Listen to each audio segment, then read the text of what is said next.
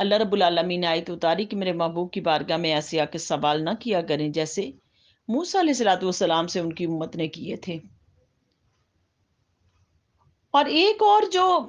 شان نزول ہے اس کے اندر،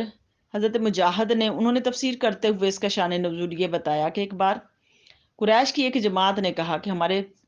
یا رسول اللہ صلی اللہ علیہ وسلم، آپ اگر اللہ کے نبی ہیں نا تو یہ صفا پہاڑ ہے نا، اس کو سونے اور چاندی کا بنا دے۔ یہ تفسیر ابن کثیر کے اندر اس کا ذکر ہے۔ تفسیر ابن کثیر کے اندر کہ آپ یا رسول اللہ صلی اللہ علیہ وسلم، قریش کی جماعت نے کہا کہ یہ سونے کے پہاڑ، ان پہاڑوں کو سونے اور چاندی کا بنا دے، تب ہم جا کے اس طرح ایمان آپ کے اوپر لے کے آئیں گے۔ تو اللہ رب العالمین نے ان کی اس بات کا رد کیا، اس کے اندر اس بات کا رد کیا کہ تم ایسے سوال نہ کرو میرے محبوب سے، میرے محبوب سے اس طرح کے سوال نہ کرو۔ اور تفسیر ابن کثیر کے اندر یہ ایک اور شان نزول ہے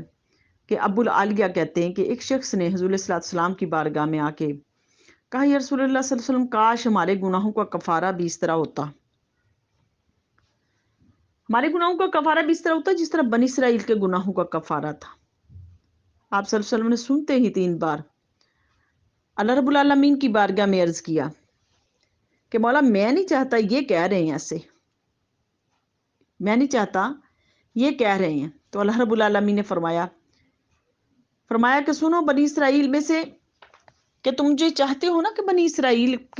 سے جیسے احکامات لیے گئے تھے ہمارے سے بھی ایسے لیے جائیں، تو پھر سن لو کہ وہ رات کو سوتے تھے، اے محبوب ان کو بتا دیں جا کے۔ اللہ رب العالمین نے اگلے صلاۃ والسلام کو فرمایا کہ محبوب آپ ان کو جا کے بتا دو، یہ کہتے ہیں نا ان جیسے احکامات ہمارے لیے بھی لے آئیں۔ تو سنو محبوب، ان سے جا کے کہہ دو کہ جو کوئی رات کو گناہ کرتا تھا تو اس کے دروازے پہ صبح کو لکھا ہوتا تھا اور اس کا کفارہ بھی لکھا ہوتا تھا، لیکن تم سے اللہ پاک نے یہ عمل جو نا، تمہارے سے یہ کام نہیں اللہ پاک نے لیا، تمہارے اعمال کو اللہ رب العالمین نے پوشیدہ بھی رکھا۔ اور ارشاد فرمایا کہ وَمَن يَعْمَلْ سُوءًا أَوْ يُظْلِمُ نَفْسَهُ ثُمَّ يَسْتَغْفِرُ اللَّهُ يَجِدِ اللَّهُ غَفُورًا رَحِيمًا۔ اللہ پاک نے فرمایا کہ جو کوئی برا کام کرے گا یا اپنی جان پر ظلم کرے گا،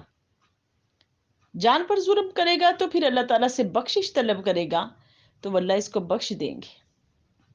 وہ نہایت مہربان ذات ہے، وہ اس کے گناہوں کو بخش دیں گے، معاف کر دیں گے۔ تو اللہ رب العالمین نے گناہوں کا جو نا یہ کفارہ بنا دیا، گناہوں کا کفارہ بنا دیا یہ جو نا یہ چیز۔ اور اس طرح فرمایا کہ دیکھو تو صحیح نا، میں نے امت مسلمہ کے لیے کتنی آسانیاں رکھی ہیں تمہارے لیے۔ تم جب نماز پڑھتے ہو تو ایک نماز سے دوسری نماز کا جو وقت ہے، اتنے وقت کے اندر تم جتنے جو نا چھوٹے چھوٹے گناہ کرتے ہو، اگلی نماز میں جب وضو کرتے ہو تو وہ گناہ دھو دیے جاتے ہیں تمہارے۔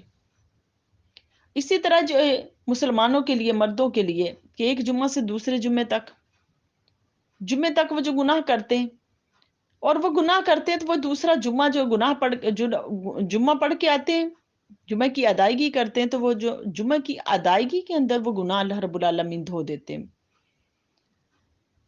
تو اللہ پاک فرماتے کہ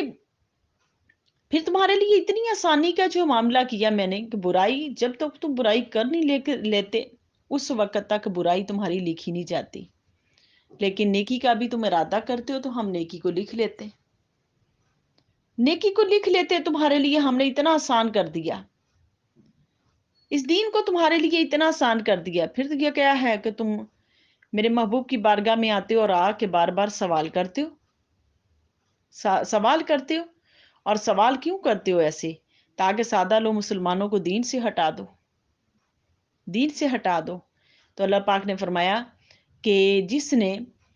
تم ایسے سوال نہ کرو، ایک تو میرے محبوب کی بارگاہ میں آؤ، حضور صلی اللہ علیہ وسلم کا ادب سکھایا جا رہا ہے، اور جس نے ایسا کر دیا فرمایا کہ اس نے ایمان کے بدلے کفر کو خریدا، اور کیا ہی برا راستہ ہے جو اس نے کفر کا راستہ اختیار کیا،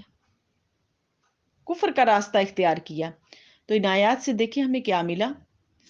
حکم کیا ملا کہ دیکھو رسول صلی اللہ علیہ وسلم کی بارگاہ میں آنا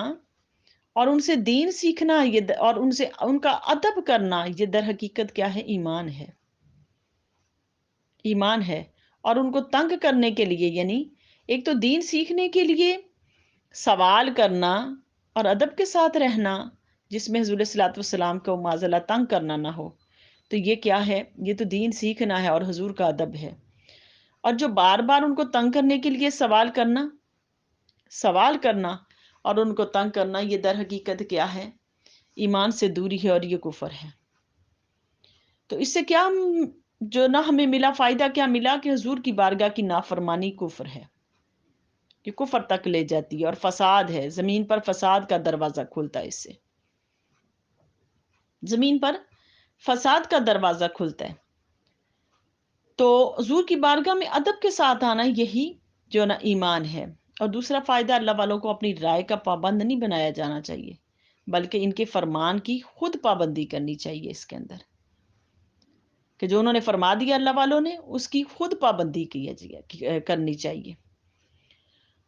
اور انبیاء علیہ الصلوۃ والسلام کا اگلا فائدہ اس کے اندر یہ آیت کے اندر ملا کہ انبیاء علیہ الصلوۃ والسلام کے فرمان میں کسی قسم کا شک کرنا